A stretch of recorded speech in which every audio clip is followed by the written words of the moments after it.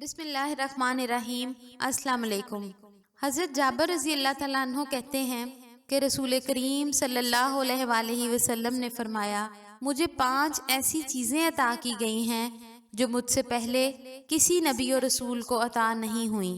ایک تو مجھ کو اس روب کے ذریعے نصرت عطا ہوئی ہے جو 1 مہینے کی مسافت کی دوری پر اثر انداز ہوتا ہے۔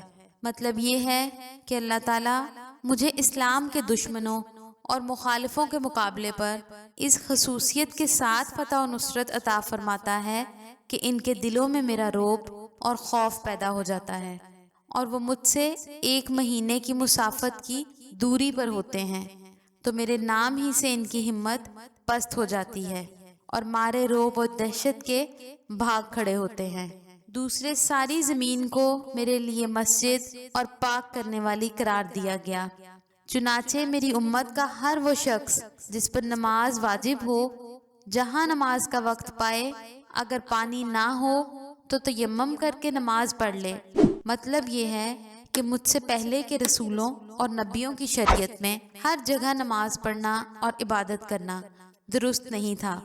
ان کی نماز و عبادت کے لیے جو جگہ عبادت خانے کے طور پر متعین اور مخصوص ہوتی تھی، بس وہیں نماز و عبادت ہو سکتی تھی۔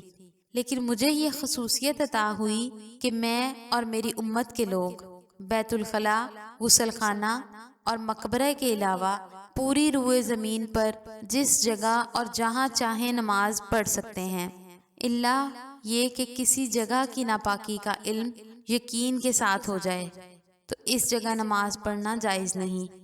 اسی طرح گزشتہ امتوں میں پانی کے بغیر پاکی حاصل نہیں ہوتی تھی، لیکن ہمارے لیے یہ جائز قرار دیا گیا کہ اگر کہیں پانی دستیاب نہ ہو یا پانی کے استعمال میں کوئی شرعی عذر حائل ہو تو پاک مٹی کے ذریعے تیمم کر کے پاکی حاصل کی جا سکتی ہے۔ تیسرے، میرے لیے مال غنیمت کو حلال قرار دیا گیا جو مجھ سے پہلے کسی کے لیے حلال نہیں تھا۔ وضاحت یہ ہے کہ مال غنیمت کے بارے میں گزشتہ امتوں میں جو یہ معمول تھا کہ حاصل ہونے والا مال غنیمت اگر جانوروں کے علاوہ کسی اور جنس کا ہوتا تو اس کو جمع کر کے ایک جگہ رکھ دیا جاتا، اور پھر آسمان سے ایک آگ اترتی اور وہاں جمع شدہ تمام مال و اسباب کو جلا کر واپس چلی جاتی۔ اور اگر مال غنیمت مویشیوں اور جانوروں کی صورت میں ہوتا تو اس کے حقدار صرف وہی لوگ ہوتے تھے جو اس کو دشمنوں سے چھینتے اور اس پر قبضہ کرتے تھے۔ نبی اور رسول کو اس میں سے کچھ نہ ملتا، لیکن ہمارے نبی حضرت محمد صلی اللہ علیہ وآلہ وسلم کے لیے نہ صرف یہ کہ خمس یعنی مال غنیمت کا 5واں حصہ بلکہ صفا بھی لینا جائز کیا گیا۔ صفا اس چیز کو کہتے ہیں جو مال غنیمت میں سب سے اچھی ہو۔ چوتھے، مجھ کو شفاعت عظمیٰ کا مرتبہ عطا فرمایا گیا۔ قیامت کے دن یہ مرتبہ خاص صرف آن حضرت صلی اللہ علیہ وآلہ وسلم کو حاصل ہوگا، اور شفاعت کے جتنے بھی مواقع اور مقام ہوں گے وہ سب آن حضرت صلی اللہ علیہ وآلہ وسلم کے اسی مرتبہ کے تحت ہوں گے۔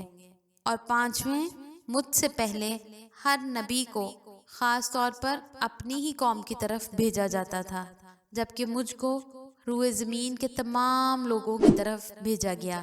یہ ذہن نشین رہے کہ آن حضرت صلی اللہ علیہ وآلہ وسلم کی رسالت صرف انسانوں تک محدود نہیں ہے، بلکہ آپ صلی اللہ علیہ وآلہ وسلم کی بعثت جنات کی طرف بھی ہوئی ہے۔